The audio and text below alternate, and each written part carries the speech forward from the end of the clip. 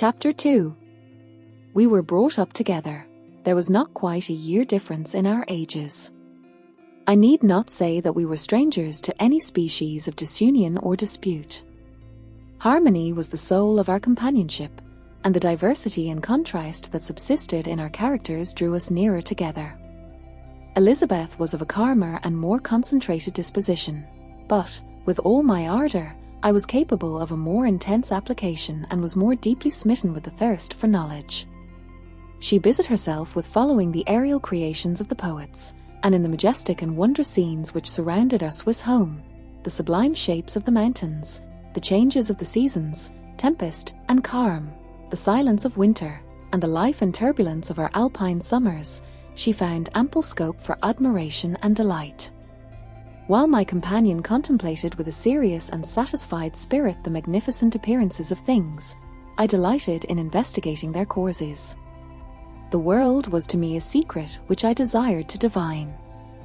Curiosity, earnest research to learn the hidden laws of nature, gladness akin to rapture, as they were unfolded to me, are among the earliest sensations I can remember.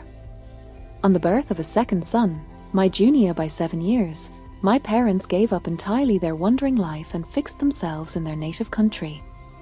We possessed a house in Geneva, and a campaign on Belrive, the eastern shore of the lake, at the distance of rather more than a league from the city. We resided principally in the latter, and the lives of my parents were passed in considerable seclusion. It was my temper to avoid a crowd and to attach myself fervently to a few. I was indifferent, therefore, to my schoolfellows in general, but I united myself in the bonds of the closest friendship to one among them. Henry Clerval was the son of a merchant of Geneva. He was a boy of singular talent and fancy. He loved enterprise, hardship, and even danger for its own sake. He was deeply read in books of chivalry and romance. He composed heroic songs and began to write many a tale of enchantment and knightly adventure. He tried to make us act plays and to enter into masquerades, in which the characters were drawn from the heroes of Roncesvalles, of the Round Table of King Arthur, and the chivalrous train who shed their blood to redeem the Holy Sepulchre from the hands of the infidels. No human being could have passed a happier childhood than myself. My parents were possessed by the very spirit of kindness and indulgence. We felt that they were not the tyrants to rule our lot according to their caprice, but the agents and creators of all the many delights which we enjoyed. When I mingled with other families, I distinctly discerned how peculiarly fortunate my lot was, and gratitude assisted the development of filial love.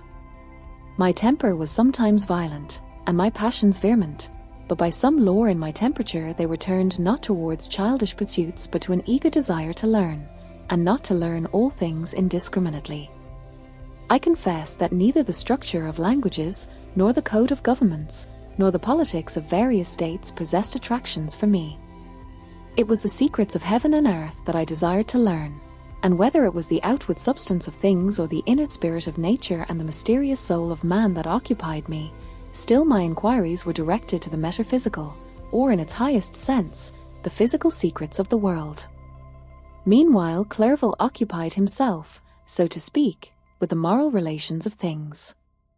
The busy stage of life, the virtues of heroes, and the actions of men were his theme, and his hope and his dream was to become one among those whose names are recorded in story as the gallant and adventurous benefactors of our species.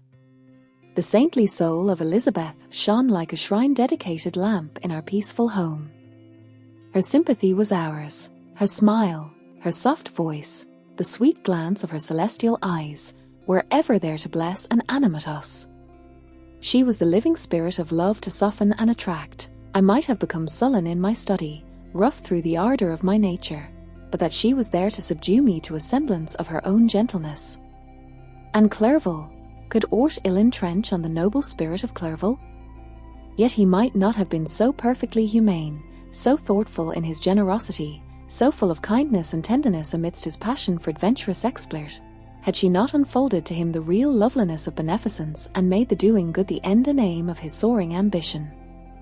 I feel exquisite pleasure in dwelling on the recollections of childhood, before misfortune had tainted my mind and changed its bright visions of extensive usefulness into gloomy and narrow reflections upon self.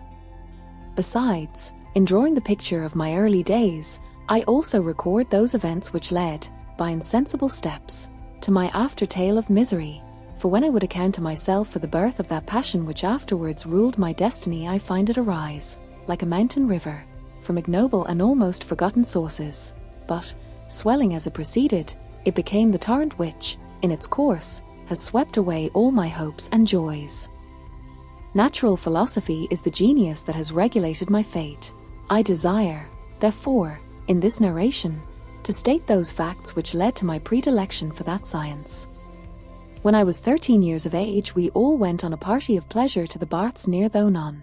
The inclemency of the weather obliged us to remain a day confined to the inn. In this house I chanced to find a volume of the works of Cornelius Agrippa. I opened it with apathy. The theory which he attempts to demonstrate and the wonderful facts which he relates soon changed this feeling into enthusiasm. A new light seemed to dawn upon my mind, and bounding with joy, I communicated my discovery to my father. My father looked carelessly at the title page of my book and said, "E.R. Cornelius Agrippa. My dear Victor, do not waste your time upon this. It is sad trash." If, instead of this remark, my father had taken the pains to explain to me that the principles of Agrippa had been entirely exploded and that a modern system of science had been introduced which possessed much greater powers than the ancient, because the powers of the latter were chimerical, while those of the former were real and practical, under such circumstances I should certainly have thrown Agrippa aside and have contented my imagination, warmed as it was, by returning with greater ardor to my former studies. It is even possible that the train of my ideas would never have received the fatal impulse that led to my ruin. But the cursory glance my father had taken of my volume by no means assured me that he was acquainted with its contents, and I continued to read with the greatest avidity. When I returned home, my first care was to procure the whole works of this author, and afterwards of Paracelsus and Albertus Magnus. I read and studied the wild fancies of these writers with delight. They appeared to me treasures known to few besides myself. I have described myself as always having been imbued with a fervent longing to penetrate the secrets of nature. In spite of the intense labor and wonderful discoveries of modern philosophers, I always came from my studies discontented and unsatisfied. Sir Isaac Newton is said to have averred that he felt like a child picking up shells beside the great and unexplored ocean of truth. Those of his successors in each branch of natural philosophy with whom I was acquainted appeared, even to my boy's apprehensions, as tyros engaged in the same pursuit. The untaught peasant beheld the elements around him and was acquainted with their practical uses. The most learned philosopher knew little more. He had partially unveiled the face of nature, but her immortal lineaments were still a wonder and a mystery. He might dissect, anatomize, and give names, but, not to speak of a final causes in their secondary and tertiary grades were utterly unknown to him. I had gazed upon the fortifications and impediments that seemed to keep human beings from entering the citadel of nature, and rashly and ignorantly I had repined. But here were books, and here were men who had penetrated deeper and knew more.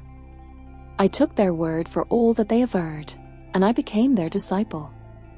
It may appear strange that such should arise in the 18th century, but while I followed the routine of education in the schools of Geneva, I was, to a great degree, self-taught with regard to my favorite studies. My father was not scientific, and I was left to struggle with a child's blindness, added to a student's thirst for knowledge.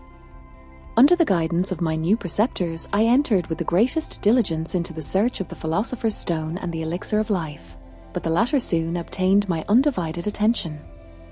Wealth was an inferior object, but what glory would attend the discovery if I could banish disease from the human frame and render man invulnerable to any but a violent death?